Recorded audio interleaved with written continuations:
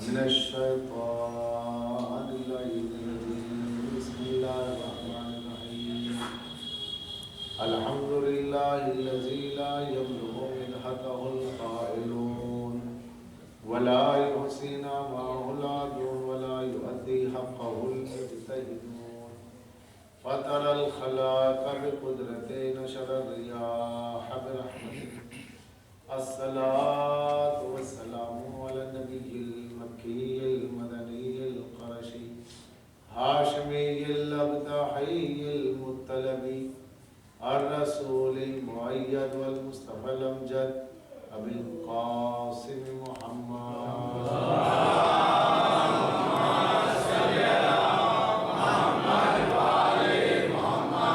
صلاة والسلام على أهل بيت الطيبين الطاهرين المعصومين المظلومين الذين عزم الله عنهم الرسال البيت ويطهرهم تطهيرا اللهم صل على محمد وآل محمد لعنة الله على دائم بفضائلهم وغاصب حقوقهم أجمعين من اللعن إلى قيام يوم الدين قال الله تعالى في القرآن بسم الله الرحمن الرحيم إن الدين عند الله الإسلام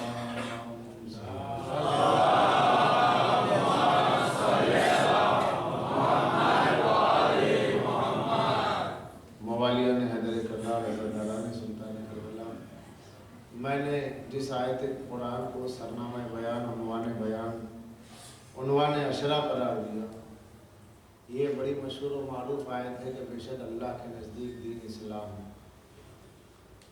اللہ کے نزدیک دین اسلام جو اللہ نے ارشاد فرمایا، اس سے معلوم یہ ہوا کہ جب سے انسانیت کا کارواں چلا ہے تب سے اسلام چلا ہے۔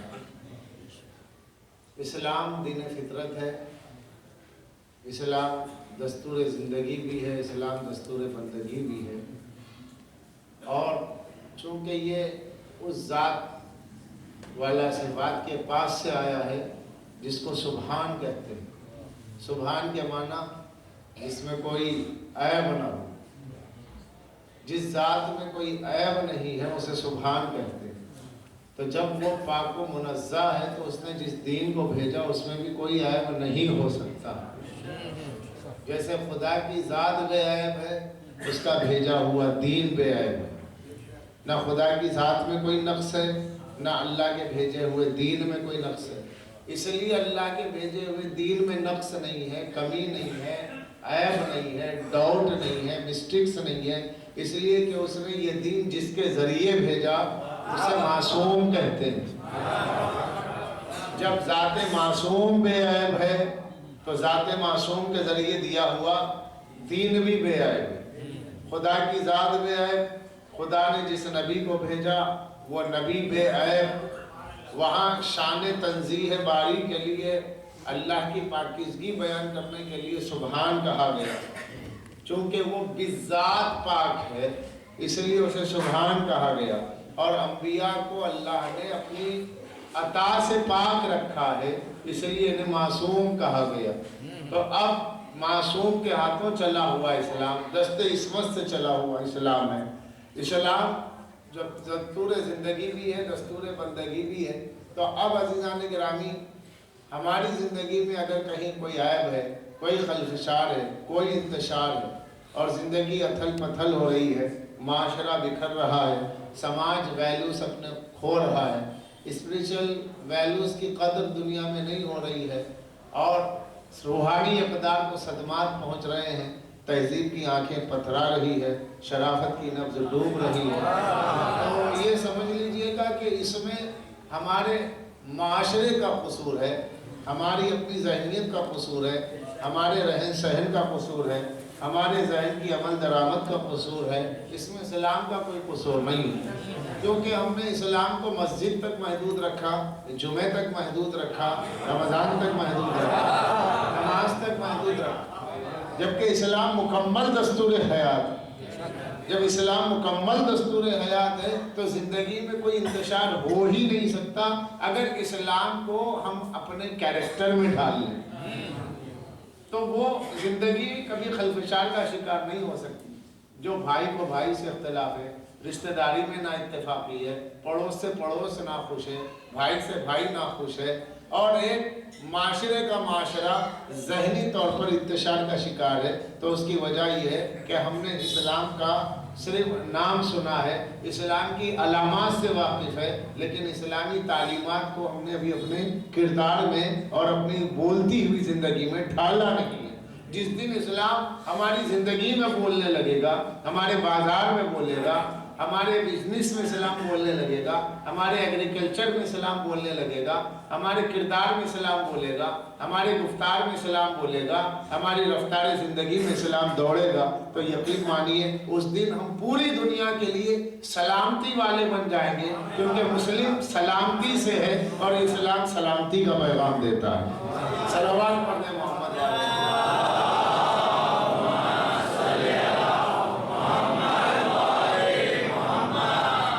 اسلام سلامتی کا پیغام دیتا ہے۔ اب عزیزان گرامی، تو یہ دین اسلام ہے جسے اللہ نے بھیجا۔ تو جب اللہ نے بھیجا ہے تو کب بھیجا؟ بے شک اللہ کے نزدیک دین اسلام ہے، تو اللہ نے بھیجا کب؟ مشہور تو یہی ہے کہ 1400 سال سے اسلام۔ اگر 1400 سال سے اسلام ہے تو 1400 برس پہلے کیا تھا؟ 1400 سال سے اسلام، جس مبلغ کو دیکھا ہم نے یہی کہتے سنا۔ اب وہ بڑے نامور لوگ جو اپنے بڑے بڑے چینل اور بڑے بڑے لیبل کے ساتھ میں دنیا کے سامنے اسلام کے مبلغ بننے جاتے ہیں، ان کا بھی یہی نعرہ ہے 1400 سالہ اسلام۔ بھائی اسلام اگر 1400 سالہ ہے تو پھر 1400 سال سے پہلے کیا تھا؟ اچھا، جب آپ آخر میں آئے ہیں تو پہلے والوں پہ حجت آپ نہیں ہو سکتے۔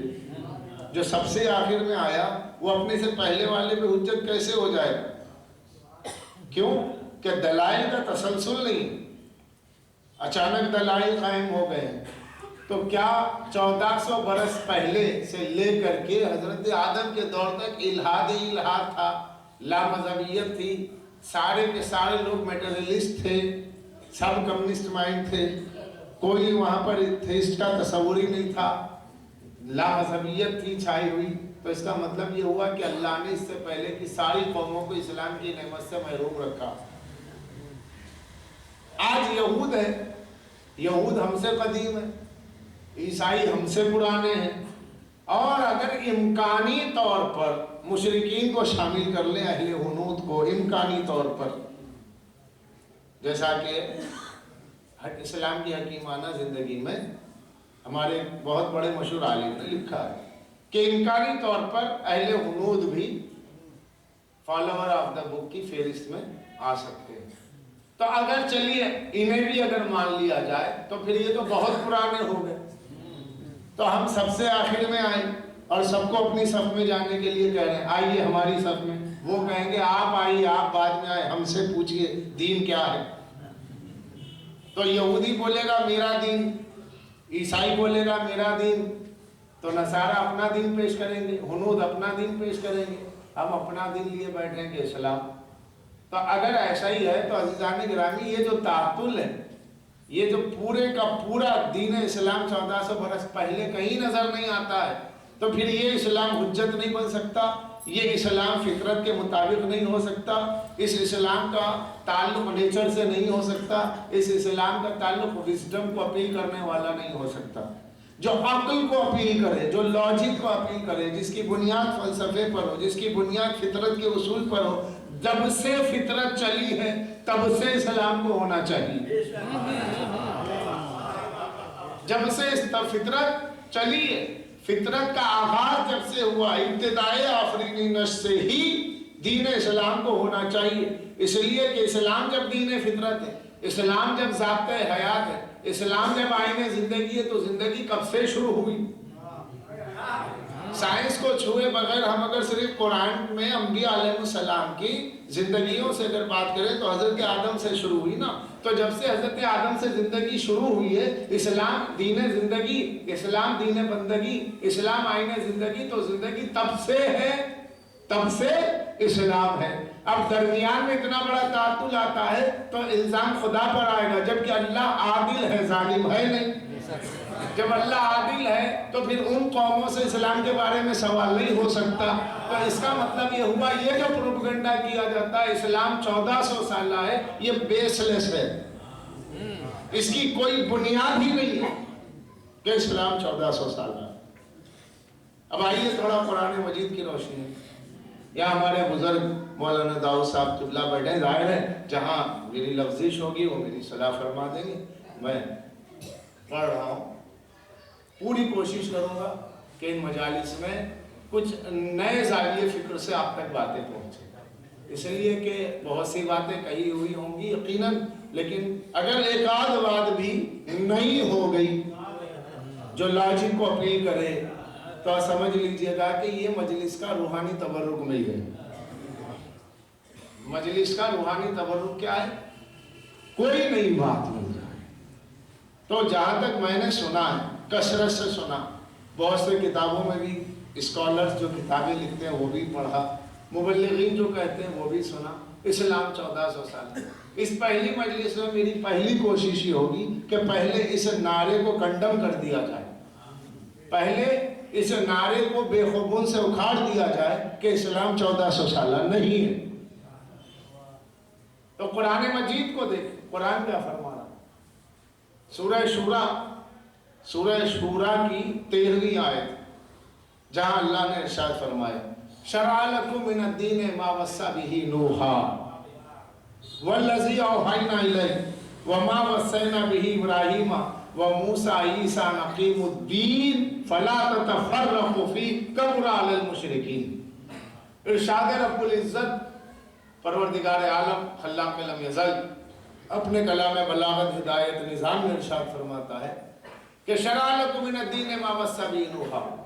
اللہ نے، اے میرے حبیب، اے میرے رسول، یہ مقدر ہے، یعنی اللہ اس ظاہر میں ہی فرما رہا، اے میرے رسول، اللہ نے تم کو اسی دین کی وصیت کی ہے، یہ وہی دین ہے جس کی میں نے تمہیں وصیت کی. تم سے پہلے نوح کو بھی اسی دین کی وصیت کی. اللہ نے تم کو اس دین کی وصیت کی، تم سے پہلے حضرت نوح کو بھی اسی دین کی وصیت کی. وما وصینا بہ ابراہیم، اور اسی دین کی وصیت میں نے ابراہیم کو کی. اب تسلسل دیکھ رہے ہیں آپ، ابراہیم کو بھی اسی دین کی وصیت کی، موسیٰ کو بھی اسی دین اسلام کی وصیت کی، عیسیٰ کو بھی اسی دین اسلام کی وصیت کی. کیا نقیم الدین، یہ تمام نبیوں کو ہم نے وحی کی ہے کہ اس دین اسلام کو قائم کرو. فلا تتفرقوا فیہ، اور اس میں کوئی پھوٹ نہ ڈالو، تفرقہ کا اس سے شکار نہ بنا دو. کبر علی المشرکین، لیکن یہ مشرکوں پر، یہ کافروں پر، یہ اہل عنود پر گراں گزرتا ہے، بڑی وزنی بات سمجھی جاتی ہے. تو آپ جو دین پیش کر رہے ہیں ان کے سامنے کوئی نیا تھوڑا ہی ہے. یہ دین تو نوح کا بھی ہے، یہ دین تو ابراہیم کا بھی ہے، یہ دین تو موسیٰ کا بھی ہے، یہ دین تو عیسیٰ کا بھی ہے، یہ دین ہر نبی کا دین ہے. تو معلوم یہ ہوا اسلام 1400 سالہ نہیں ہے. حضرت آدم صفی اللہ کا دین اسلام ہے، نوح نجی اللہ کا دین اسلام ہے، ابراہیم خلیل اللہ کا دین اسلام ہے، داؤد خلیفۃ اللہ کا دین اسلام ہے، موسیٰ کلیم اللہ کا دین اسلام ہے، عیسیٰ روح اللہ کا دین اسلام ہے، اور محمد رسول اللہ کا دین اسلام ہے. ہر نبی کا دین اسلام ہے.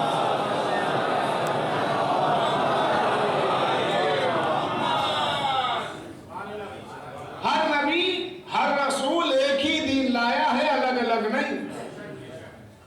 اس لیے سورہ بقرہ کی آخری آیات میں ارشاد ہوا کہ جہاں اللہ نے ارشاد فرمایا لا نفرق بین احد من رسول، اے نبی آپ کہہ دیجئے لا نفرق بین احد من رسول، کہ میں رسولوں کے درمیان میں کوئی فرق نہیں کرتا.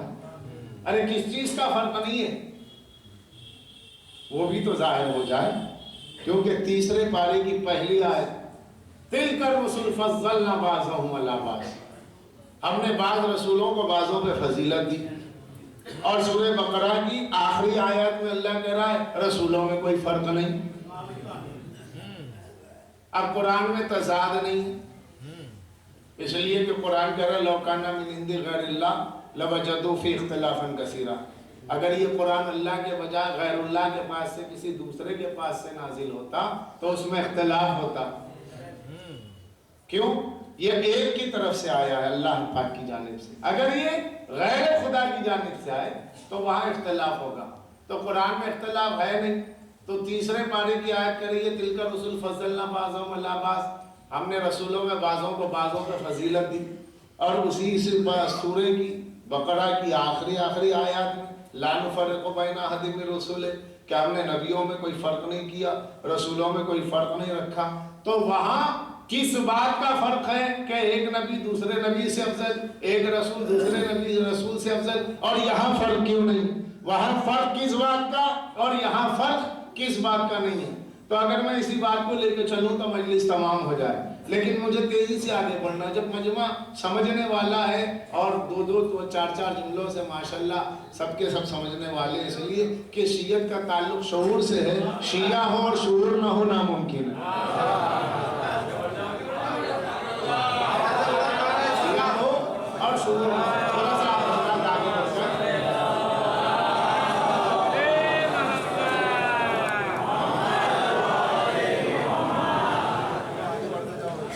ایسا ہے کہ مولا علی کے بلا فصل ماننے والے فصل ہی کیوں رکھے؟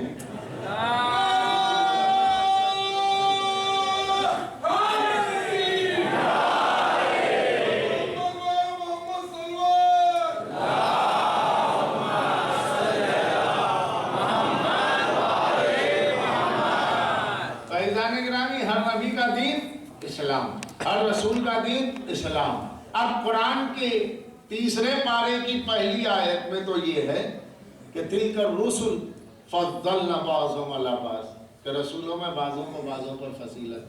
اور آخری میں کیا؟ لا نفرق بین احد من رسل، رسولوں میں کوئی فرق نہیں. یہ دونوں میں فرق کیا ہے؟ وہ آیت یہ کہہ رہی ہے، یہ آیت یہ کہہ رہی ہے، اور اللہ کہہ رہا قرآن میں کوئی اختلاف نہیں ہے. مگر ہمیں تو نظر آ رہا، ہمیں اس لیے نظر آ رہا کہ اہل بیت کا دامن تھامے بغیر پڑھو گے تو فرق نہیں. اور اگر اہل بیت کا دامن تھام کے پڑھو گے تو فرق نظر نہیں آئے گا. اس لیے کہ اہل بیت ہی وہ ہے جب 12 ہے مگر کوئی فرق نہیں ہے. 12 میں جب کوئی فرق نہیں ہے تو نہ قرآن ناطق میں فرق ہے نہ قرآن صامت میں. نہ قرآن ناطق میں اختلاف ہے نہ قرآن صامت میں اختلاف ہے. نہ بولتے قرآن میں اختلاف ہے نہ خاموش قرآن میں. وہ ہے تلک الرسل فضلنا بعضهم علی بعض. اور یہ لا نفرق بین احد من رسل عزیزو بس فرق ایک ہی لفظ کا ہے. جہاں فرق نہیں ہے وہاں پیغام اور میسج اور دین کا ہے کہ میرے نبیوں نے جو بھی پیغام پہنچایا ان کے پیغام پہنچانے میں فرق نہیں ہے کہ ایک کا دین توحید اور دوسرے کا دین کچھ اور ہو.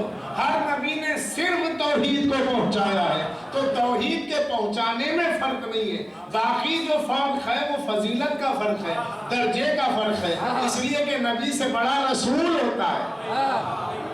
جب نبی سے بڑا رسول ہوتا ہے تو رسول جو ہے اب ان رسولوں میں کوئی کلیم اللہ ہے، کوئی خلیفۃ اللہ ہے، کوئی روح اللہ ہے اور کوئی محمد رسول اللہ ہے. تو یہ سید الانبیاء ہے. تو لہذا رسولوں میں درجات کا فرق ہے، پیغام کا فرق نہیں ہے. درجے ایک دوسرے سے بڑے ہیں، مقامات ایک دوسرے سے بڑے ہیں. مگر یہ کہ عزیزان گرامی جو دین ہے اس کی جو بنیاد ہے اس میں کوئی فرق نہیں ہے. اب یہ فرق نہیں ہے اس اللہ نے ارشاد فرما دیا. اور پھر ساتھ میں یہ بھی فرما دیا کہ یاد رکھو ہم نے اس دین کو بھیجا ہے نوح کے ذریعے. اچھا آدم کا نام نہیں ہے، نوح کا کیوں؟ اس لیے کہ دنیا کی آبادی نوح سے چلی ہے تو نوح کو آدم ثانی دوسرے آدم کہتے ہیں. لہذا اللہ نے حضرت نوح کا ذکر فرمایا. ویسے حضرت آدم کا دین بھی اسلام. تب اللہ نے فرمایا کہ دیکھو چونکہ میں نے معصوم نبیوں کے ذریعے معصوم رسولوں کے ذریعے دین اسلام کو بھیجا اس لیے اس میں کوئی فرق نہیں ہے. اور فلا تتفرقوا فی، اور میں نے نبیوں کو وصیت کی ہے، رسولوں کو وصیت کی ہے کہ اس میں فرق نہ ڈال۔ تو ہمارے انبیاء تو اپنے وصیت پہ قائم رہے، انہوں نے فرق نہیں ڈالا، نہ پیغام کا فرق ہے نہ کوئی فرق دین کا ہے، سب کا فرق، سب سارا فرق درجات کا ہے، پیغام سب کا ایک ہے۔ جب پیغام سب کا ایک ہے تو عزیزان گرامی اللہ نے پہچان بتائی، پہچان دین خالص کی بتائی ہے۔ اب میں یہاں روک دیتا ہوں بیان کو، اور اس کے بعد میں آپ سے یہ عرض کرتا ہوں کہ رسول نے یہ بھی فرمایا کہ ستفترق امتی علی 73 فرقہ کلہم فی النار الا واحدہ، میری امت میں 73 فرقے ہو جائیں گے، 72 جہنم میں، ایک جنت میں۔ آج جو اسلام ہمارے سامنے موجود ہے، اگر کوئی غیر مسلم اس کی اسٹڈی کرتا ہے تو جتنے فرقے ہیں اتنے اسلام۔ قرآن تو بے شک ایک ہے، اس کی تفسیریں 73 ہو گئی، رسول کی حدیث ایک ہے تو تشریحیں 73 ہو گئی،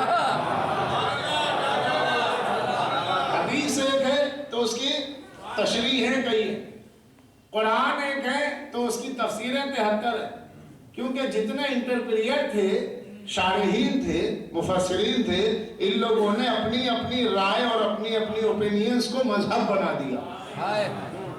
اب نتیجہ یہ ہوا کہ جو روح تھی، جو ٹانک تھی، وہ بڑھ گئی، جو لیول تھا ایک رہ گیا۔ اور لیول سے علاج نہیں ہوتا ہے، ٹانک سے ہوتا ہے۔ اگر کسی جگہ سے آپ ٹانک لے لیں اور بوتل میں اندر سے ٹانک غائب ہو جائے اور لیول رہ جائے تو لیول سے علاج تھوڑا ہی ہوگا۔ اسلام دین فطرت ہے، اسلام دستور زندگی ہے، تو اپنی روح اور اپنی تعلیم کی وجہ سے جب تعلیم میں اختلاف ہو جائے تو پھر علاج کہاں سے ہو جائے؟ تو اب 73 ہیں، مجھے کسی جماعت پہ اٹیک نہیں کرنا، مجھے کسی فرقے کا نام نہیں لینا، مجھے کسی فرقے کو برا نہیں کہنا، نہ یہ ہمارا تہذیبی منبر ہے، نہ ہمیں اجازت منبر دیتا ہے، نہ ہمیں بزرگوں نے سکھایا ہے، اور ہمیں اہل بیت نے یہی سکھایا ہے تم کیا ہو یہ پیش کر دو، مخالف خود بخود سب پہ آ جائے۔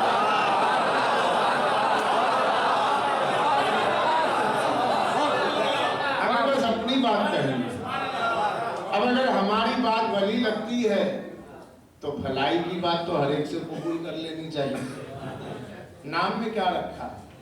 تو عزیزان گرامی کسی پہ اٹیک کیے بغیر میں صرف اپنی باتیں رکھوں گا، اور اگر میری باتیں مطابق فطرت و مطابق عصمت ہوں، کیونکہ صاحبان عصمت کے در سے وابستگی کی وجہ سے یقیناً میری باتیں وہ ہوں گی کہ جو فطرت کے خلاف نہیں ہوں گی، لاجک اور عقل کے خلاف نہیں ہوں گی۔ اب اس کے بعد بھی اگر کسی کو اٹیک ہو جاتا ہے یا ہارٹ اٹیک ہو جاتا ہے تو اس کا میں ذمہ دار نہیں، کیونکہ میرا کام صرف اہل بیت کی تعلیمات اور اسلام کی فلسفی کو پیش کرنا ہے۔ تو اللہ نے فرمایا یہ دین جو نوح معصوم تھے، معصوم نوح سے لے کر کے سرکار دو عالم تک، آدم سے لے کے خاتم تک جو دین چلا ہے، عصمت کے سہارے چلا ہے، عصمت کے ہاتھوں سے چلا ہے۔ دست بدست عصمت معصوم نبیوں کے اور معصوم رسولوں کے ذریعے اسلام کو ہم نے حصار عصمت میں رکھا ہے، یا جملہ یہ کہوں کہ اسلام آپ تک عصمت کے حصار سے پہنچا ہے۔ جب عصمت کے حصار سے پہنچا ہے، انبیاء معصوم ہیں، تو اب ہر نبی کے بعد کوئی نبی آنے والا تھا، ہر رسول کے بعد کوئی رسول آنے والا تھا۔ سرکار دو عالم کے بعد نہ تو کوئی نبی آنے والا ہے، نہ کوئی رسول آنے والا ہے، نہ کوئی کتاب آنے والی ہے، نہ کوئی وحی آنے والی ہے۔ تو اب عزیزان گرامی سرکار دو عالم کے بعد تو اس دین کو بدرجہ اولا پہلے سے بنسبت زیادہ عصمت کے حصار میں ہونا چاہیے، لہذا جب سرکار اس دنیا سے چلے جائیں، حضور کی آنکھیں بند ہوں، تو لازم ہے کہ سرکار اپنے بعد میں کسی معصوم کا ہمیں پتہ بتائیں تاکہ ہم دین کو وہاں سے محفوظ شکل میں لیں، جیسے نوح سے رسول اللہ تک دین محفوظ رہا، وہ محفوظ دین ہمیں چاہیے۔ تو ہم کسی گنہگار سے نہیں لے سکتے، خطاکار سے نہیں لے سکتے، معصوم سے لیں۔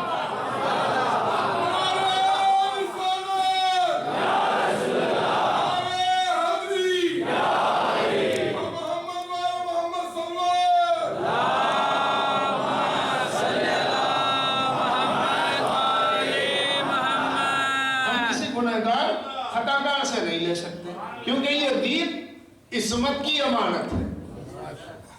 یہ جب امانت عصمت انبیاء ہے تو اب یہ دین اگر گنہگاروں کے بیچ میں ہے تو گنہگاروں کو ہدایت دینے کے لیے اس دین کا پاسبان کوئی گنہگار نہیں ہو سکتا. اس دین کو پہنچانے والا گنہگار نہیں ہو سکتا. نہ ایسا نادان ہو سکتا ہے کہ اسے مسئلے مسائل سے واقفیت نہ ہو. عالم سے پہنچے گا، جاہل سے نہیں. کسی جاہل سے ہم دین نہیں لے سکتے. کسی جاہل کے پیچھے جب نماز نہیں پڑھ سکتے تو پورا دین کیسے لے لیں؟ نماز پڑھانے کے لیے بھی پڑھے لکھے کی ضرورت ہے، عالم کی ضرورت ہے. جاہل کے پیچھے نماز نہیں پڑھیں گے تو پورا دین کیسے لے لیں؟ تو اب تقاضائے فطرت ہے. فطرت آواز دے رہی ہے کہ ہر نبی کے جانے کے بعد جب کبھی گمراہی آئی ہے تو اس نبی کے جانشین کا جس نے دامن تھام لیا وہ بچ گیا. حضرت موسیٰ کے جانے کے بعد قوم میں گمراہی آئی، جس نے ہارون کا دامن تھام لیا وہ نجات پا گیا، اور جس نے سامری کو پوجا وہ ہلاک ہو گیا. اب بات رسول نہ کتاب نہ وحی کوئی بھی نہیں ہے. تو اب یہ دین اسلام محفوظ کہاں ہے؟ عقل کیا کہتی ہے؟ عقل یہی کہتی ہے کہ جیسے پہلے محفوظ تھا اب بھی محفوظ رہنے کے لیے عصمت کی ضرورت ہے. یہاں آ کر بعض برادران اسلامی پریشان ہو جاتے ہیں اور لہذا بہت جلدی میں اعتراض کر دیتے ہیں. بہت جلدی میں یہ کہتے ہیں کہ صاحب اگر رسول اللہ کے بعد اگر معصوم کسی کو مان لیا جائے تو اس کا مطلب حضور کے آنے کا مقصد کیا ہوا؟ پھر حضور کے آنے کا مقصد ہی کیا ہوا؟ حضور آئے اور گئے اس لیے کہ دین کمپلیٹ دے کر گئے. جب دین کمپلیٹ ہے تو اس پہ چلنا ہے. معصوم کی کیا ضرورت ہے؟ معصوم مان لیں گے تو پھر ترقی کر کے نبی بھی مانیں گے. معصوم مانیں گے تو پھر ان کے لیے وحی بھی مانیں گے. معصوم مانیں گے تو کتاب بھی مانیں گے. لہذا یہ عقیدہ رسول اللہ کو خاتم النبیین ماننے کے خلاف ہے. معصوم نہیں ماننا چاہیے. یہ کاش ذرا سا سمجھ لیا جاتا کہ رسول اللہ کے بعد کسی کو معصوم ماننے سے رسول اللہ کی نبوت پہ کوئی حرف نہیں آتا ہے. اس لیے نہیں آتا کہ عزیزان گرامی معصوم کے لیے نبی کے لیے عصمت ضروری ہے. نبی کے لیے معصوم ہونا ضروری ہے، لیکن معصوم کے لیے نبوت ضروری نہیں. جو نبی ہے اسے معصوم ہونا لازم ہے، لیکن جو معصوم ہے اسے نبی ہونا لازم نہیں. جیسے فرشتے معصوم ہیں مگر نبی نہیں ہے. بھئی فرشتے معصوم ہیں کہ نہیں؟ پورے عالم اسلام کا عقیدہ جبریل معصوم ہے، میکائیل معصوم ہے، مگر فرشتوں کو معصوم ماننے سے کیا نبوت مانی جا رہی ہے؟ تو معلوم یہ ہوا معصوم کے لیے نبوت لازمی نہیں ہے مگر نبی کے لیے عصمت لازمی ہے. تو پھر ختم نبوت کا عقیدہ کہاں زد پہ آتا ہے؟ بلکہ اور شان نکھر جاتی کہ جس نبی کے ذریعے اللہ نے اس دین کو بھیجا یہ دین محفوظ ہے. لیکن یہ بات رسول وہاں محفوظ ہے جہاں عصمت ہے. اب عصمت کہاں ہے؟ دو طبقے ہیں، دو بڑے طبقے ہیں. ایک طرف اہل بیت کے ماننے والے ہیں اور دوسری طرف غیر اہل بیت.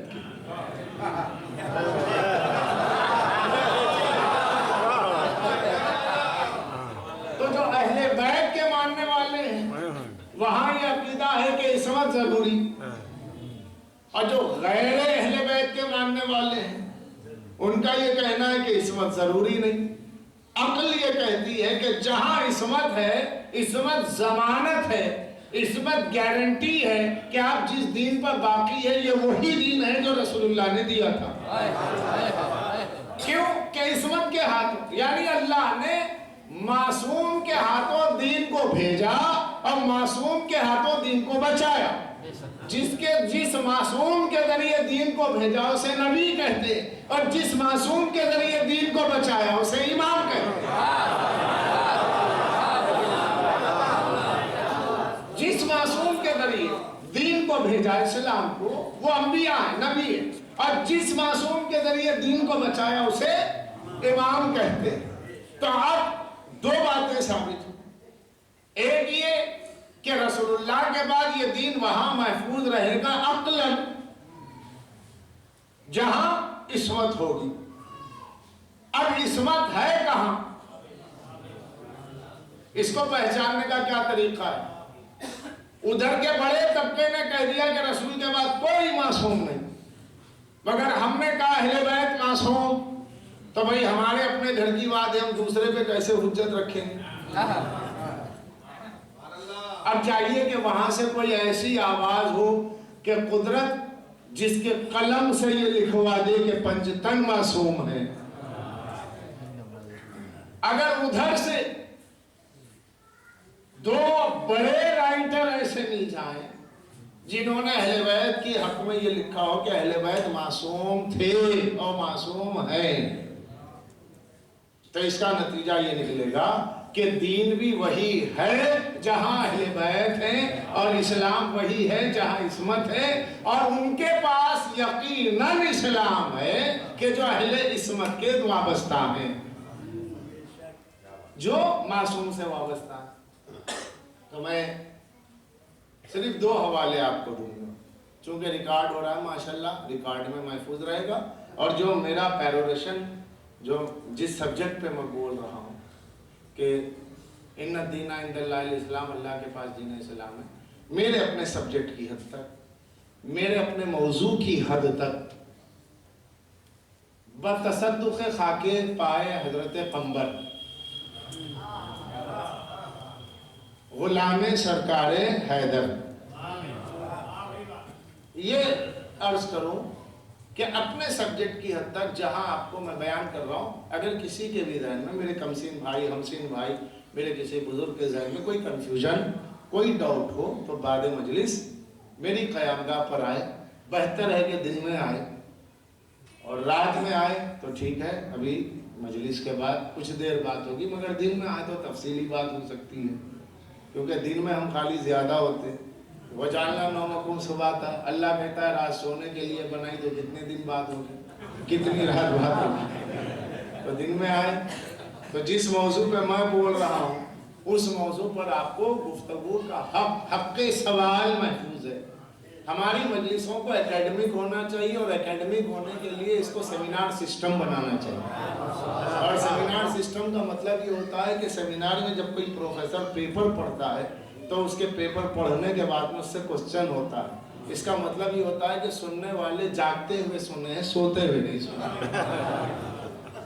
اور سوال انسان کی عظمت کو بتاتا ہے، میرا مولا فرماتے ہیں کہ سوال تمہارے عقل کی نمائندگی کرتا ہے، جیسا آدمی کا اسٹیٹس ہوگا ویسا اس کا کوسچن ہوگا۔ اب کچھ سوال کرنے والے ایسے بھی رہے کہ آج تک ان پہ ہنسی آتی ہے، یعنی کون سے جانور انڈے دیتے ہیں، کون سے بچے، لیکن بعض ایسے ایسے سوال کرنے والے بھی گزرے ہیں کہ ماشاءاللہ۔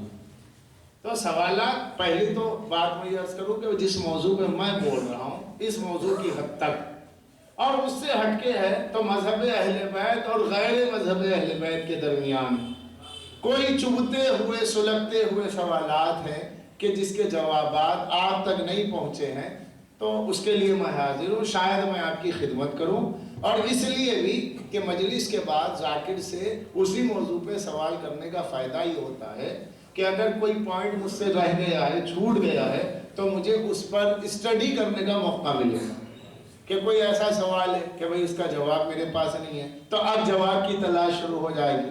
تو اس طریقے سے عزیزان گرامی، یہ مجالس اعزا یہ پوری کی پوری درس گاہیں ہیں، اور یہ ایسی درس گاہ ہے جس میں ہر کلاس کا آدمی ہوتا ہے،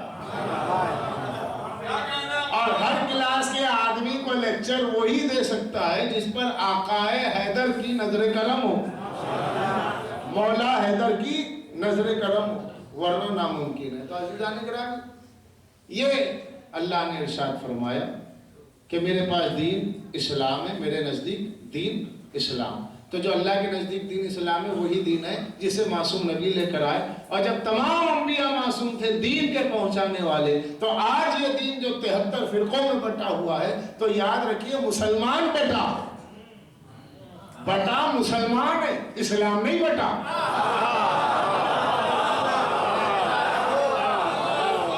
مسلمانوں کے بٹنے سے دین نہیں بٹا۔ ارے آپ یہ کیسے کہہ سکتے ہیں دین نہیں بٹا، اسلام نہیں بٹا؟ بٹ گیا، اس لیے کہہ سکتے ہیں کہ اللہ نے سرکار دو عالم کو، مدنی تاجدار کو، احمد مختار کو، رحمت حق کی اولین فصل بہار کو، بے بسوں کے کس کو اور بے بسوں کے بس کو اس لیے آخری نبی بنایا ہے کہ اگر اللہ کے علم میں سرکار دو عالم کے بعد 73 فرقوں کے ہونے سے یہ اسلام اگر محفوظ نہیں رہ پاتا تو اللہ رسول اللہ کو آخری نبی نہیں بناتا بلکہ بہت بعد میں بھیجتا۔ تو معلوم یہ ہوا کہ اسلام حقیقی کہیں تو ہے، اب یہ تلاش کیجئے کہ کہاں ہے۔ اگر آپ کو کسی فرقے کے نام سے چڑ ہے تو نام کو ہٹا دیجئے، اس کا نام آپ اپنے نزدیک جو چاہے رکھ لیجئے، اس میں جو اچھائی ہے لے لیجئے، کیونکہ لینے کا جھگڑا کچھ نہیں۔ حقیقت بس اتنی ہے کہ اللہ نے معصوم نبیوں کے ذریعے اس اسلام کو بھیجا، اب بعد رسول یہ اسلام وہی محفوظ ہے، 73 فرقوں میں وہاں محفوظ ہے جو فرقہ عصمت کے نظریے کے ساتھ چل رہا ہو، عصمت کو مانتا ہو۔ تو یہ عصمت کہاں ہے؟ اگر عصمت کے ماننے سے خاتم النبیین کے عقیدے پہ نظر زد پر آ جاتا ہے، عقیدہ خاتم النبیین، ختم نبوت کا عقیدہ، تو فرشتوں کے معصوم ہونے سے زد پر آتا۔ چونکہ ہم فرشتوں کو معصوم مانتے ہیں، معلوم یہ ہوا معصوم ہونے کے لیے نبی ہونا ضروری نہیں، نبی ہونے کے لیے معصوم ہونا ہے، مگر یہ دین اسلام محفوظ ہے تو وہاں محفوظ ہے جہاں بعد رسول عصمت کا نظریہ ہے۔ تو اب آئیے تلاش کیجئے، ایک طرف وہ بڑا طبقہ ہے جو کسی کو معصوم نہیں مانتا، ایک طرف ہم مائکرو مائنورٹی ہیں جو کہتے ہیں کہ عصمت کے ساتھ محفوظ ہے۔ تو اب بعد رسول ہم اہل بیت کے فالوور ہیں، اور یہ ساری دنیا جانتی ہے تو بھئی اہل بیت ہی ہیں، یہ تو علی والے ہیں، کیونکہ ڈکشنری میں یہی لکھا ہے۔ ڈکشنری جس نے بھی مرتب کی ہو، جہاں لفظ شیعہ آیا اس کے بعد ہی لکھا شیعہ یعنی علی کی پیروی کرنے والے۔ اب اگر کوئی کہتا ہے کہ یہ کافر ہیں تو علی کے پیروی کرنے والے کافر ہوئے، اور علی کی پیروی کرنے والے کافر ہوئے تو رسول کہتے ہیں علی و منی وانا من، علی مجھ سے ہے میں علی سے ہوں۔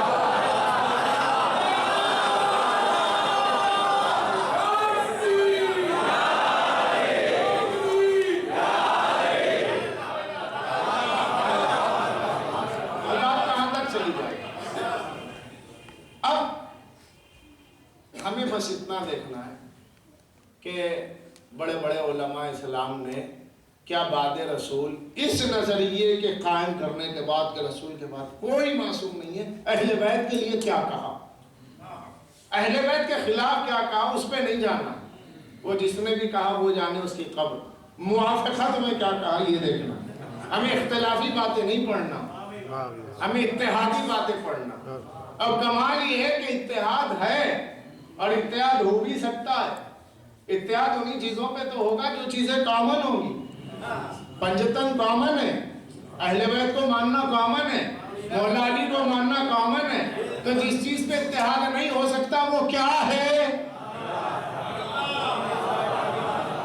جس پہ نہ ہو سکا اس پہ نہیں ہو سکے گا، جس پہ ہو سکتا ہے اسے اپنا لیجئے۔ تو اہل بیت کے بارے میں ہمارے وہ مکتب مخالف کے بڑے بڑے علماء نے اپنی جو کتابوں میں لکھا، وہ کتابیں اس وقت اویلیبل ہیں، پرنٹڈ ہیں، آؤٹ آف پرنٹ نہیں جو میں حوالہ دے رہا ہوں۔ اگر آؤٹ آف پرنٹ دوں گا تو پھر اس جگہ کا حوالہ دوں گا جہاں وہ مینuscript رکھا ہوا ہے، قلمی نسخہ رکھا ہوا ہے۔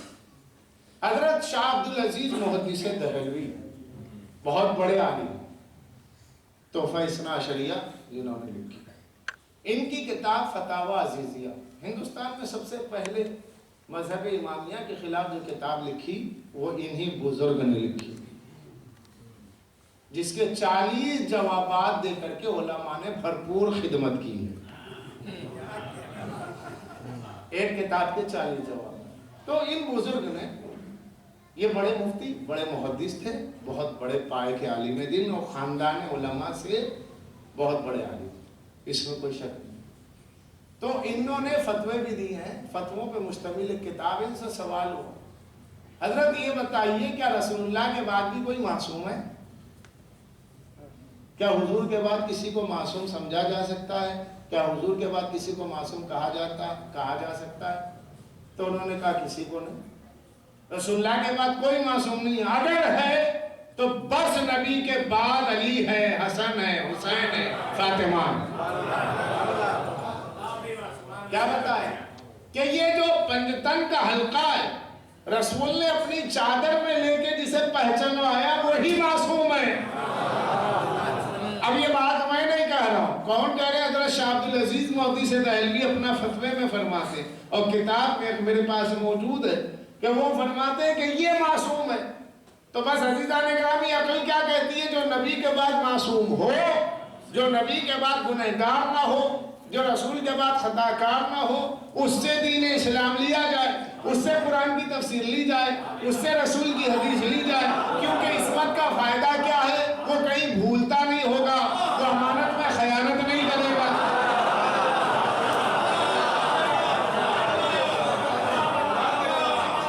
وہ بھولے گا نہیں، وہ امانت میں خیانت نہیں کرے گا، نہ وہ کمی کر کے پہنچائے گا، نہ اس میں اضافہ کرے گا۔ جہاں اضافہ ہو جائے وہ بھی گناہ ہے، جہاں کم کیا جائے وہ بھی گناہ ہے۔ اس کی عذاب وہی ہوگی جو رسول نے پہنچائی، اس کی نماز وہی ہوگی جو رسول نے پہنچائی۔ یہ ہے معصوم۔ اب اگر ان سے دین اسلام لیا جائے تو وہ دین اسلام وہ ہے جو سرکار دو عالم تک مکمل وٹنسز کے ساتھ ہمیں ملتا ہے۔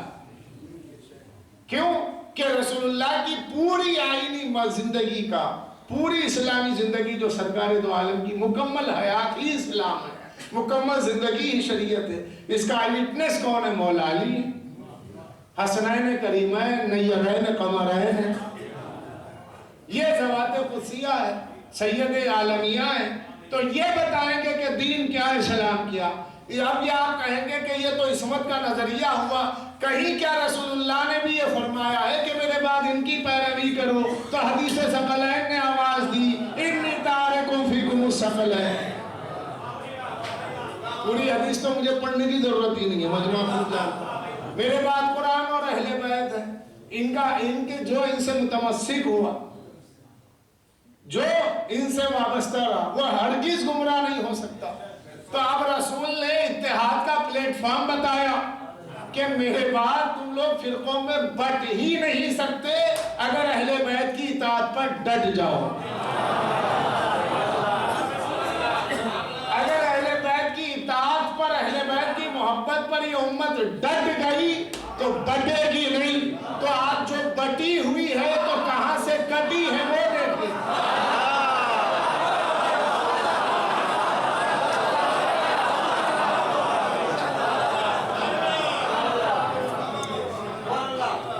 آج جو امت منتشر ہے، آج امت پریشان ہے، ضب و حالی کا شکار ہے، ہر طرح سے پریشان ہے۔ اس وقت تو پورا عالم اسلام ذہنی انتشار کا شکار، نفسیاتی بیماریوں کا شکار ہے۔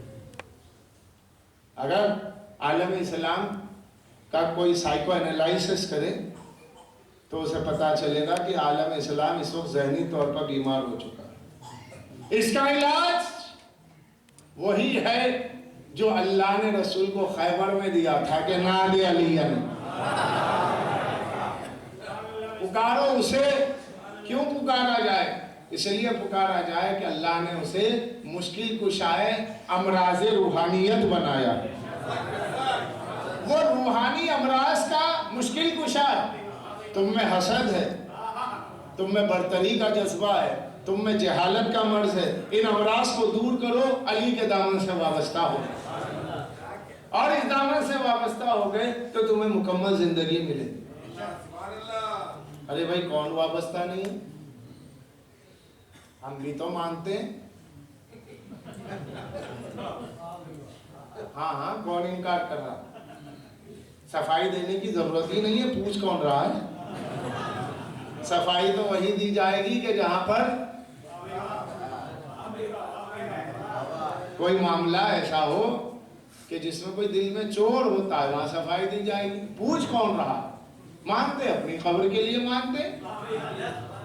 تو ہم تو کبھی نہیں کہتے ہم مانتے، دنیا کہتی ہے ہم مانتے. ہمیں کہنے کی ضرورت نہیں پڑتی کہ امام حسین کو مانتے، دنیا کہتی ہے یہ مانتے. لوگ ان سے کیا پوچھنا.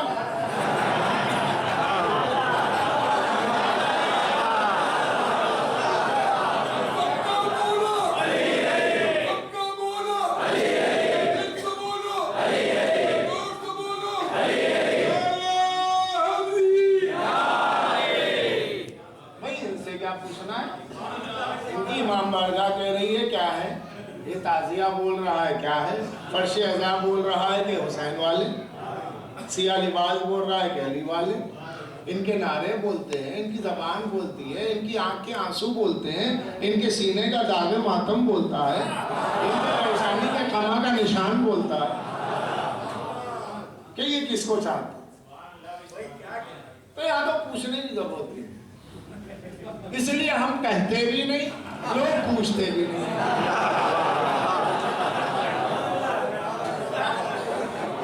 اور اگر کہتے ہیں تو کہتے زیادہ سے زیادہ اگر پوچھا گیا، اگر کسی نے پوچھا تو کہتے ہیں ہاں ہم علی کو مانتے ہیں. یہ کبھی ہم نہیں کہتے کہ ہم بھی مانتے ہیں.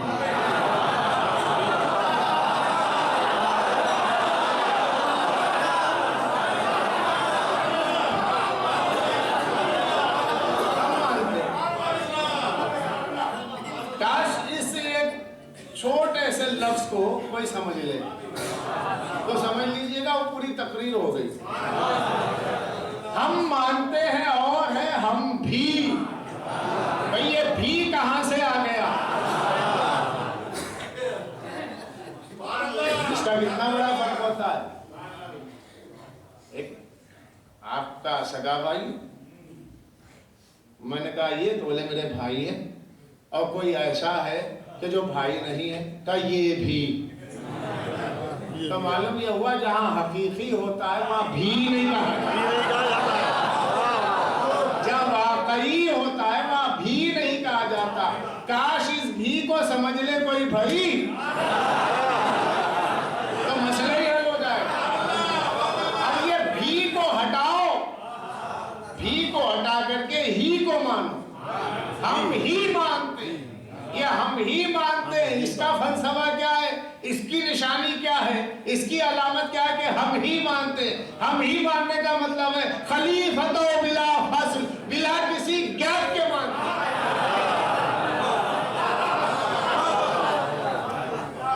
اور جہاں کسی فاصلے سے مانا، کنارے سے مانا، کسی گیپ کے ساتھ مانا، وہاں بھی. اور جہاں راست مانا، خدا کے بعد نبی ہے، نبی کے بعد علی، یہ ہے ڈائریکٹ. تو اب اسلام کہاں محفوظ؟ وہاں جہاں عصمت. عصمت کہاں؟ اہل بیت کے پاس. یہ عصمت کا فائدہ کیا کہ یہاں کوئی اختلاف نہیں، یہاں کوئی رائے نہیں. اہل بیت کے مذہب میں ظن نہیں، اہل بیت کے مذہب میں شک نہیں ہے، اہل بیت کے مذہب میں رائے نہیں ہے. یہاں جو کہا جاتا ہے قول معصوم سے کہا جاتا ہے. اگر کوئی اپنی رائے سے کہتا ہے تو اس کی رائے ہم پہ حجت نہیں ہوتی.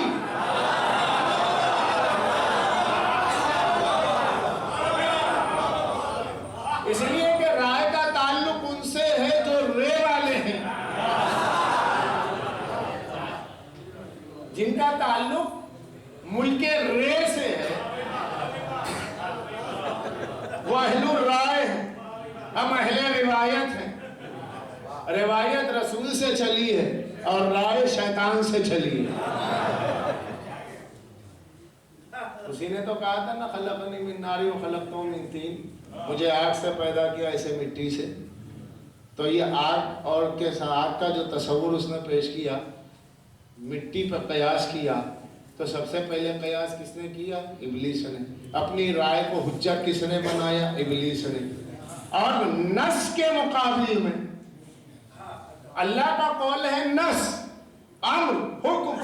اللہ کے حکم واقعی کے آگے جس نے اپنی عقل کو کافی کہا،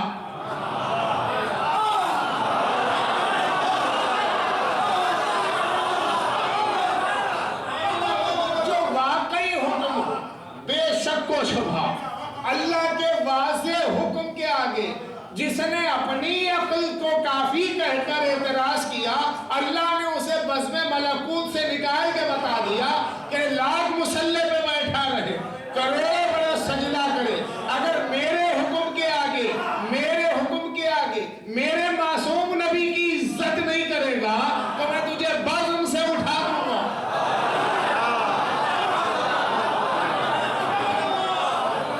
پہلے عبادت گزار رہا ہوگا، پہلے باکردار رہا ہوگا، پہلے کچھ بھی رہا ہوگا، جب میرے آدم کی توہین کر دی تو اب میں تجھے صرف شیطان کہوں گا، رجیم کہوں گا، خناس کہوں گا۔ صرف یہ 3 لفظ قرآن میں، رجیم، شیطان، خناس۔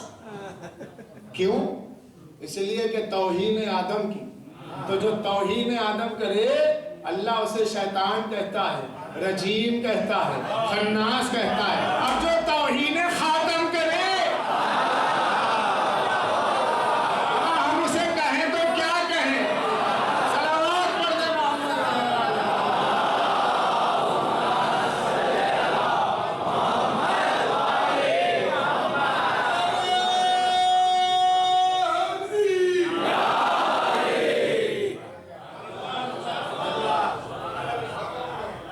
اللہ کو آدم کی توہین پسند نہیں آئی۔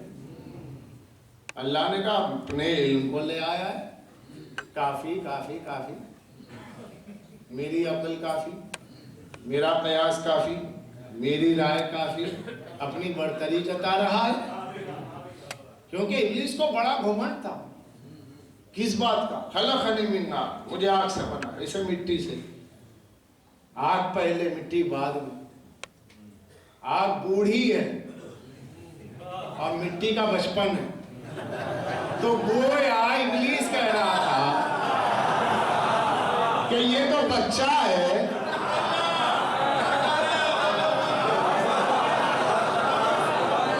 ابلیس ہے نا، ظاہر بہت بوڑھا تھا۔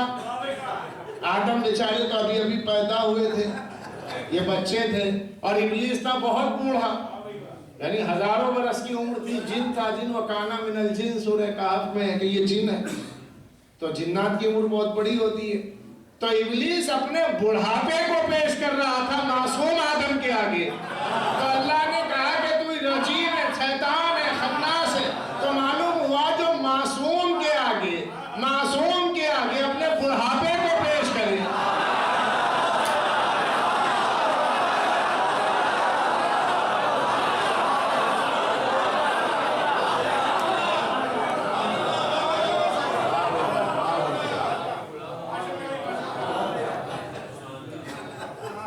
کسی پہ کوئی بات تو نہیں ہو گئی؟ سب میں شیطان آ رہا ہے۔ اب شیطان کا تو کوئی فیور کرنے کا سوال ہی نہیں، مسلمان اور شیطان کا فیور ہو ہی نہیں سکتا، کیونکہ شیطان اب کوئی احترام نہیں ہے۔ فرشتوں کی صحبت میں رہا، برسا برس رہا، ہزارہ برس رہا، سجدے کی، فرشتوں کی صحبت میں رہا، جبریل کی صحبت میں رہا، مگر یہ کہ سدھرا نہیں۔ شیطان تھا، شیطان ہی رہا۔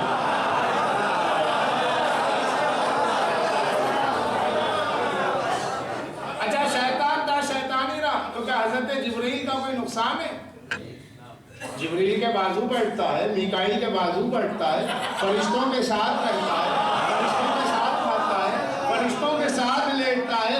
ایک معصوم جبرائیل، اس کے بازو یہ لیٹنے والا، سونے والا، یہ بھی شیطان، صحبت جبرائیل میں، مگر شیطان شیطان ہے، فرشتہ۔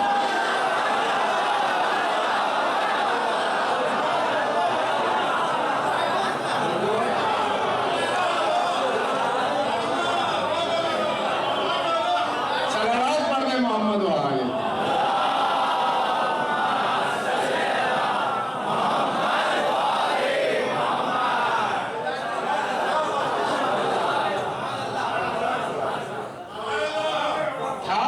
فطرتاً برا، چند روز صحبت میں کیا رہا، اتنا غرور آ گیا کہ آدم کا منکر، آدم کی عظمت کا منکر، آدم کی عصمت کا منکر، آدم کے علم کا منکر۔ کہیں کا پڑھا لکھا تھا نہیں، مگر آدم کے علم پہ اعتراض کر رہا تھا اور اپنے بڑھاپے کی دہائی دے رہا تھا، میں پہلے پیدا ہوا، میں آگ سے پیدا ہوا، یہ مٹی سے، خلقنی من نار وخلقتہ من طین، یہ تین کیا ہے؟ یہ ہے تو یہ نون، کچی مٹی، جب کچی مٹی ہو تو اسے تین کہتے ہیں، اور جب خالص مٹی ہو تو اسے تراب کہتے ہیں۔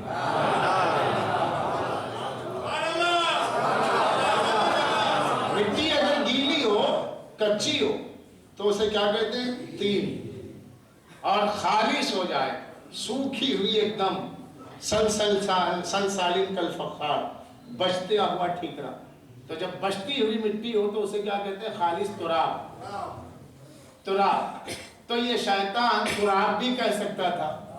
اللہ نے فرمایا ہم نے عیسیٰ کو پیدا کیا جیسے آدم کو، خلقہ من تراب، اللہ نے فرمایا میں نے آدم کو تراب سے پیدا کیا، تو اللہ نے فرمایا میں نے آدم کو خالص مٹی سے پیدا کیا، ابلیس نے کہا ناقص مٹی سے پیدا کیا، یہ کیا بات ہوئی؟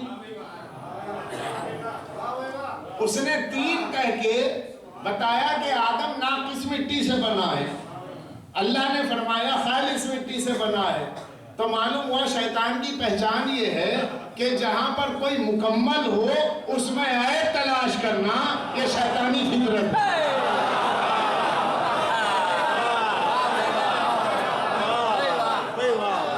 ایک درس ملتا ہے نا، درس یہی ملا کہ شیطان عیب جوئی کرتا ہے، شیطان کی فطرت یہ ہے کہ وہ تمام اچھائیوں میں اچھائیوں کو چھوڑ دے گا، برائی کی تلاش کرے گا۔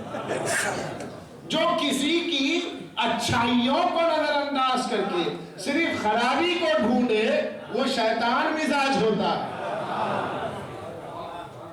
کیونکہ شیطان نے کیا کہا؟ خلقنی من نار وخلقتہ من، تو نے مجھے آگ سے بنایا، اسے مٹی سے بنایا۔ تو یہ جو تصور ہے آگ و مٹی والا، تو یہ صرف محض اس لیے ہے کہ عزیزان گرامی وہ خود ناقص تھا، آدم کامل تھے، تو جب ناقص نے دیکھا کامل کو تو ناقص ہی سمجھا، تو یہ اپنی اپنی نظر کی بات ہے جس کی نظر جیسی ویسا نظر آتا ہے۔ تو عزیزان گرامی لاکھ صحبت میں رہے لیکن کامل نہیں ہوا، اس کی سرشت میں ہی بدی تھی، تو اب دین اسلام ہمیں کہاں سے لینا چاہیے؟ دین اسلام وہاں سے لیں گے جہاں ابلیس کی موجودگی نہ ہو۔ اب ابلیس کہاں نہیں، ابلیس تو بدن میں خون میں دوڑتا ہے۔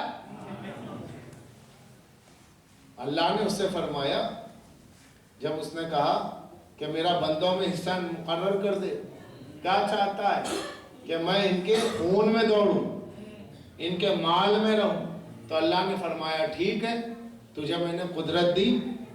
ابلیس نے کہا ٹھیک ہے، جب تو نے قدرت دی تو اب میں ان بندوں کو دیکھ کیا کرتا ہوں، مگر اللہ عبادک المخلصین، مگر پالنے والے جو تیرے مخلص بندے ہیں میں ان کے نزدیک بھی نہیں جا سکتا۔ جو تیرا مخلص بندہ ہوگا میں اسے چھو نہیں سکتا، اور جو تیرا مخلص بندہ نہیں ہے تو میں اس پہ اکثر آتا جاتا رہوں گا، کبھی اس کے وجود میں خون میں تحلیل بن کے دوڑ جاؤں گا۔ اب بعد رسول دین اسلام کہاں ہے حقیقی، کس سے لیں؟ اس کا فیصلہ اس سے ہوگا جہاں ابلیس نہ جائے وہاں سے لیں گے۔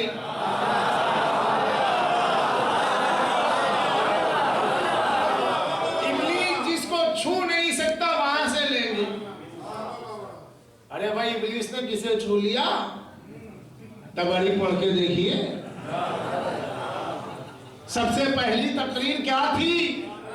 لوگوں نے کچھ تقریریں کی ہیں، بڑے بڑے خطیب گزرے ہیں، تو کچھ خطبے بھی تو اٹھا کے دیکھ لیجئے گا کہ اگر بعد رسول آپ کو ایک آواز سنائی دے اور وہ یہ آواز ہو کہ کبھی کبھی مجھ پہ شیطان سوار ہو جاتا ہے، میں ٹیڑھا ہو جاؤں تو تم سیدھے کر دینا، تو اسلام اب یہاں سے نہیں لے سکتے۔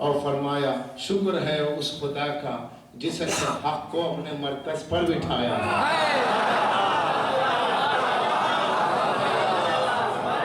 شکر ہے اس خدا کا جس نے حق کو اس کے مرکز پر جگہ دی ہے.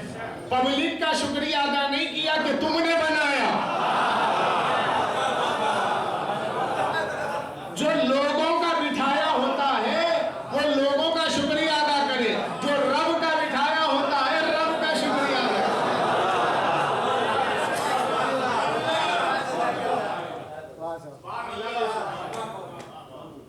الیکشن کینڈیڈیٹ ہو تو پبلک کا شکریہ ادا کرے جو سلیکٹڈ بائی گاڈ ہے. اب وہ پبلک کا کیوں شکریہ ادا کرے؟ میرے مولا نے کہا شکر رب کا اور سب نے کہا شکر سب کا. جو سب کا شکریہ ادا کرے وہ اور ہے، جو رب کا شکریہ ادا کرے وہ علی ہے. اب میرے مولا نے فرمایا کہ آج میں اس جگہ پر ہوں جہاں میرے رب نے مجھے بٹھایا، اور یہ وہ جگہ ہے جہاں سے اب کوئی اتار نہیں سکتا. نہ ماننا اور ہے، اتارنے کے لیے کوئی مسئلہ تو لانا چاہیے کہ علی آپ جواب نہیں دے سکتے اترو. بھائی منبر سے اتارنے کے لیے سوال چاہیے. کوئی سوال لائیے ایسا کہ جس کا جواب نہ دے سکے علی تو اتر جائیں. ایسا تو کبھی ہوا نہیں اور ایسا سوچا بھی نہیں جا سکتا. علی تو اس ذات گرامی کا نام ہے کہ صدیوں سوچا ہوا سوال وہ لمحوں میں جواب مل جائے. لوگ صدیوں کا سوال سوچا ہوا لاتے تھے اور علی لمحوں میں اس کا جواب دے. اس لیے کہ مولا کو اللہ نے بنایا ہی ایسا کہ جس کا کوئی جواب نہ ہو. کائنات سوال بن جائے تو علی جواب ہے، لیکن جب علی سوال بن جائے تو کائنات میں کوئی جواب نہیں.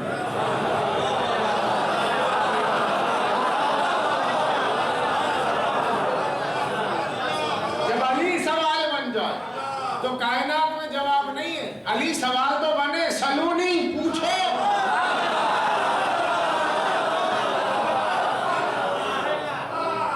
علی نے تو کہا پوچھو. ہے کسی میں دم پوچھنے کا؟ پوچھتے کیا؟ عقل کتنی ہے؟ کون سے جانور انڈے دیتا، کون سے بچے دیتا. مال غنیمت کھائے ہوئے ایک زمانہ گزر گیا، اب ظاہر اسی میں الجھا ہوا ہے.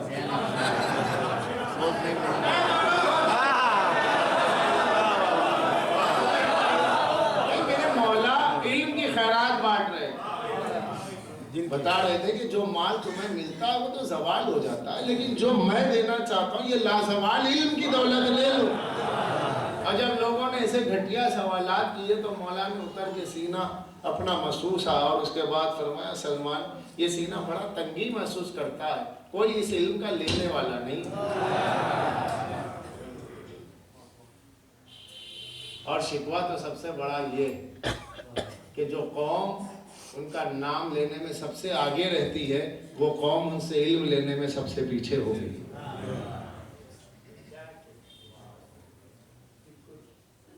کبھی کبھی سناٹے بھی بولنے لگتے ہیں، کبھی کبھی خاموشیاں بھی بولنے لگتی ہیں. یہ علی کے علم کا مرثیہ ہے کہ جناب امیر کا شیعہ ہو اور علم سے دوری ہو جائے. جناب امیر کا شیعہ ہو، پاور آف نالج کا اسے علم نہ ہو، اسے پتہ نہ ہو کہ علم کیسی دولت ہے. تو ہمارا جو ائمہ سے رشتہ ہے وہ کس چیز کا؟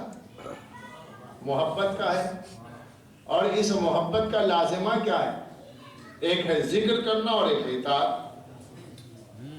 جس سے محبت ہوتی ہے انسان بار بار اس کا ذکر کرتا ہے اور اس کی نقل کرنا چاہتا ہے. کہیں کچھ کہہ تو نہ دے، ذرا حکم پر کان لگا کے رکھو کہ ذرا سا کچھ ارشاد ہو تو عمل کر لو. کبھی کبھی مزاج جب محبت سے مبدل و عشق ہو جاتا ہے، عشق میں بدل جاتا ہے تو کہنے کی ضرورت نہیں ہوتی. محبوب کے مزاج سے اتنا واقف ہو جاتا ہے کہ اب کہنے کی ضرورت نہیں رہتی۔ کوئی میرا اتنا چاہنے والا ہے کہ بس چہرہ دیکھا اور پانی لے آئے جنت پانی، میں نے کہا میاں میں نے کہا تو نہیں تھا، پیاس تو لگ رہی تھی مگر کہا تو نہیں تھا۔ کہنے جناب آپ کے ساتھ اتنے برسوں سے رہتا ہوں، مجھے پتہ نہیں ہے کہ آپ کی کیا ضرورت اور کیا آپ کا چہرہ ہوتا ہے، چہرہ بولتا ہے، آپ کیا چاہتے ہیں۔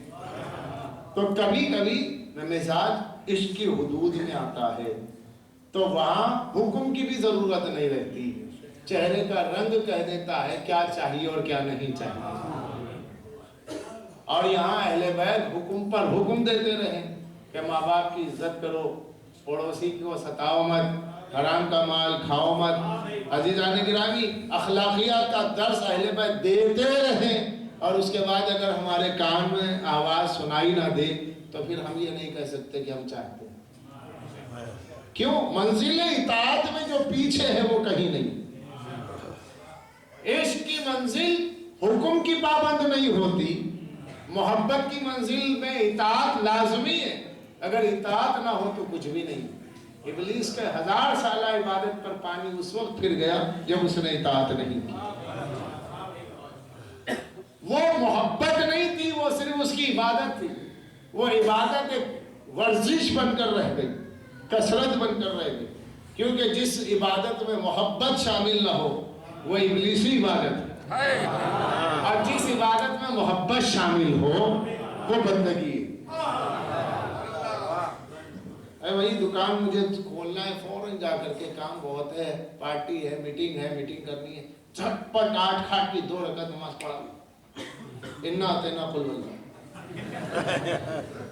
ہے، کیا بات ہے، نہیں مجھے جلدی جانا تھا یار، تیزی سے پڑھ لی۔ تو یہ کیا ہے؟ یہ فرض کا بوجھ ہے، پڑھنا ہے، نہیں پڑھیں گے تو مار پڑے گی، تو یہ خوف والی عبادت ہے۔ لیکن کبھی کبھی ایک ایسی عبادت بھی ہوتی ہے کہ صرف 2 رکعت فجر ہی پڑھ رہا ہے، جب مغربین کے 3 ہی رکعت پڑھ رہا ہے، لیکن عالم یہ ہے کہ لگتا یہ ہے کہ جیسے عشاء بھی پڑھ چکا، اتنی طویل۔ کیوں؟ اب اس میں رقت بھی ہے، آنسو بھی ہے، جذبہ بھی ہے، سوچ رہا ہے کہ جلدی کیا ہے، میرا پروردگار اس کی بارگاہ میں جب کسی بڑے آدمی کے پاس اپوائنٹمنٹ ہوتا ہے تو انسان چاہتا ہے کچھ دیر اور بیٹھے، اور جو خالق کائنات ہے اس کی بارگاہ میں بیٹھا ہے اور جانے کی جلدی ہو تو بڑا بدنصیب ہوگا۔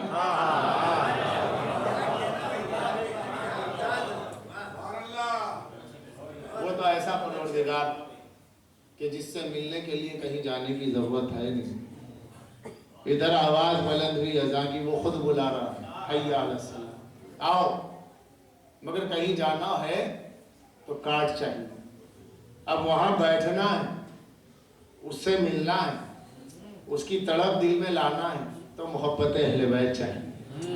یعنی اللہ کے قرب میں داخل ہونے کا جو انٹری کارڈ ہے وہ ہے محبت اہل بیت۔ اگر یہ ہے تو سمجھیے کہ آپ رب کی عبادت میں ہیں، ورنہ فرض ہے اور کچھ بھی نہیں۔ جو عبادت محبت اہل بیت کے ساتھ کی جائے گی وہاں گارنٹی ہے کہ قبول ہے۔ اس لیے اگر آپ مسجد سے نکل رہے ہیں، کوئی کہے کیا آپ کو یقین ہے نماز قبول؟ یقیناً قبول۔ ارے آپ کیسے کہہ رہے ہیں؟ اس لیے کہ محبت اہل بیت دل میں، انہی کے بتائے ہوئے طریقے پہ پڑھ رہے ہیں، انہی کی دی ہوئی نماز پڑھ رہے ہیں، انہی کی بچائی ہوئی نماز پڑھ رہے ہیں، اور انہی کی خاک شفا پہ پڑھ رہے ہیں۔ اب ہماری قبول نہیں ہوگی تو کس کی؟ اب اللہ اگر ہم سے راضی نہ ہوگا تو کس سے ہوگا؟ جس سے اللہ راضی ہو اس کے لیے ضروری ہے کہ اس کے دل میں محبت اہل بیت ہے۔ تو یہ اطاعت والا اسلام، یہ محبت والا اسلام، یہ جو اطاعت والا اسلام ہے عزیزو، یہ پھولوں کی کیاری سے نہیں آیا، یہ سرخ قالینوں سے نہیں آیا، یہ درباروں سے نہیں آیا، یہ جو دین آپ تک پہنچا یہ زندانوں سے آیا، یہ دار سے آیا، یہ خون کے دریا سے ہو کر کے آیا۔ یہ جو دین اسلام آپ تک پہنچا جس سے محبت ہے انسان جس سے محبت کرتا ہے اس کے غم میں غم، اس کی خوشی میں خوشی مناتا ہے، اس کے غم میں شریک ہوتا ہے، اس کی خوشی میں شامل ہوتا ہے۔ اور ہمارا دستور ہے یہی کہ ہم ان کی خوشی میں شامل ہوتے ہیں، اسے جشن کہتے ہیں، ہم ان کے غم میں شامل ہوتے ہیں، اسے مجلس کہتے ہیں۔ اور آج اس آسانی سے ہم مجلسیں کر لیتے ہیں۔ اب بھی اس دنیا میں ایسے ایسے خطے ہیں کہ جہاں مجلس نہیں ہو پاتی۔ افغانستان کے کتنے علاقے ہیں جہاں مجلسیں نہیں ہو پاتی، جہاں تہہ خانوں میں ہوتی ہیں۔ اب بھی کتنے مقامات ہیں کہ جہاں آوازوں پر پابندیاں ہو رہی ہیں اور ہم بڑی آسانی سے کر رہے ہیں۔ خدا اس ملک کو سلامت رکھے جہاں حسین کی عزاداری کی آزادی، مگر اس آزادی کی دولت کو ہمیں آپسی اختلاف میں گنوانا نہیں چاہیے، بلکہ پیغام کربلا کو دوسروں تک پہنچانے کے لیے مددگار بنانا چاہیے۔ کیونکہ عزیزان گرامی، یہ امانت ثانی زہرا ہے۔ بیوی کی چادر لٹی ہے تب یہ دین آیا، عباس کے بازو کٹے ہیں تب یہ دین بچا ہے، اصغر نے تبسم دیا ہے تیر کھا کر تب یہ دین بچا ہے۔ تو یہ دین اسلام بڑی مشکلات و مصائب سے آپ تک پہنچا۔ ارے لوگوں نے کیا محبت رسول سے کی کہ جس رسول کا کلمہ پڑھا اس نواسے کو شہید کر دیا، اس کے کنبے کو لوٹ لیا، اس کے بچوں کو پرسہ نہ دیا۔ آج تو آپ کی آنکھیں بھیگتی ہیں، آج تو آپ کے رومال بھیگتے ہیں، لیکن عزیزوں آپ اولاد نہیں ہو، آپ چاہنے والے ہو۔ جنہیں رونے کا حق تھا وہ اولاد تھی، ان کی اولاد کو رونے نہیں دیا گیا۔ اگر آنسو نکل گئے تو کوئی پوچھنے والا نہیں، اس لیے کہ ہاتھ پسے گردن سے بندھے ہیں تو آنسو کیسے روکے ہیں، آنسو کیسے پوچھے۔ محبت کیا ہوتی ہے میں آپ کو بتاؤں، بس ایک واقعہ سناؤ اور مجلس، یہ واقعہ ہی مجلس ہے، مصائب یہی واقعہ سمجھ لیجیے کہ بعد رسول، بعد پیغمبر اسلام، حضور کی ایک سواری تھی جس کا نام تھا قصوہ، اونٹ جس پہ حضور سوار ہوتے تھے، تشریف چلتے کہیں جاتے۔ وہ اونٹ حضور کے دنیا سے جانے کے بعد، پردہ فرمانے کے بعد کئی دن بعد اونٹ بھوکا پیاسا رہا اور مر گیا۔ جب حضور کی سواری دنیا سے چلے گئی مدینے میں تو اصحاب رسول نے کہا کیا کریں؟ کہا کیا مطلب؟ نہیں ہے حضور کی سواری ہے، عام جانور تو ہے نہیں، اب اسے ایسے ہی لے جا کے کسی گڑھے میں ڈال دیں یا پھر اسے قبر بنائیں، کیا کریں؟ تو بہت سے جانثار اصحاب کھڑے ہو گئے، کہا نہیں یہ عام سواری نہیں ہے، اس سے حضور پاک کا جسم مسوا ہے، جس سے معصوم کا جسم مسو، وہ ایسی سواری نہیں ہے کہ اسے سڑا دیا جائے، اسے کسی گھڑ پہ ڈال دیا جائے، بلکہ اس کی قبر بنانی ہوگی۔ ایک صحابی اٹھے، انہوں نے کہا جب قبر ہی بنانی ہے تو اس اونٹ کو ایسے نہ دفن کرو، اس کے لیے کپڑا منگاؤ، کپڑے میں لپیٹ دو تاکہ وہ کفن بن جائے۔ اللہ اللہ، یہ مدینہ ہے، یہاں رسول کی سواری کو کفن بھی دیا جا رہا ہے، یہاں رسول کی سواری کو دفن بھی دیا جا رہا ہے۔ مدینہ ہے، رسول اللہ کی سواری کو کفن دیا گیا، حضور کی اونٹ کو دفن کیا گیا اور قبر بھی بن گئی۔ اصحاب رونے لگے، دو اصحاب نے آگے سمجھایا کہ چلو اٹھو بھی، کہا کہ میاں کیا اٹھے، وہ سواری جس کو دیکھنے سے رسول یاد آتے تھے اب نگاہوں میں وہ بھی نہ رہی۔ اصحاب قبر پہ بیٹھ کر کے، جانور کی قبر پہ بیٹھ کے رو رہے تھے کہ ہائے نبی کی سواری چلے گئی۔ میں کہوں اے اصحاب رسول، ارے وہ مدینہ ہے جہاں رسول کی سواری کو تم نے دفن کیا، یہ مدینہ ہے، ارے آؤ ذرا کربلا میں دیکھو، یا رسول کے دوش کا سوار پشت فرس سے زمین پہ آتے آتے آواز دے رہا ہے، لیکن کوئی مددگار نہیں ہے، کوئی ہاتھ کا تھامنے والا نہیں ہے۔ حسین شہید ہو گئے لیکن کوئی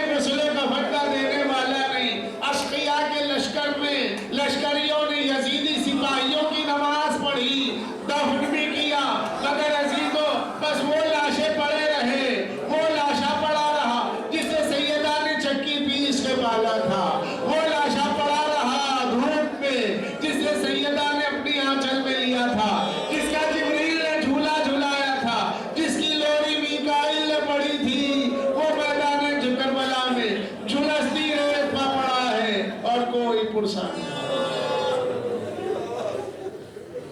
وسيعلم الذين ظلموا ایام قلبی ينقلبون. پالنے والے ذکر ازا کو قبول فرما، ہمیں کوئی غم نہ دے بجز غم حسین کے. جب تک زندہ ہے تیری توحید خالص پر، سرکار دو عالم کے ختم نبوت کے عقیدے پر، ائمہ طاہرین کی محبت و امامت کے عقیدے پر زندہ رکھ. میدان قیامت میں نبی و آل نبی کی شفاعت نصیب فرما. پالنے والے جو بے روزگار ہے روزگاری عنایت فرما، جو بیمار ہے بیمار کربلا کے صدقے میں صحت دے. پالنے والے پوری ملت جعفریہ کو ولائے علی اور عزائے حسین پر متحد فرما دے. پالنے والے جتنے قافلے زیارت اربعین پہ کربلا جانے والے اور شام جانے والے تمام قافلوں کی حفاظت فرما، دہشت گردوں سے حفاظت فرما، ہمارے ائمہ کے مزارات کی حفاظت فرما. پالنے والے ظہور امام میں تاجیل فرما، ہمیں ان کے ناصروں میں شمار فرما.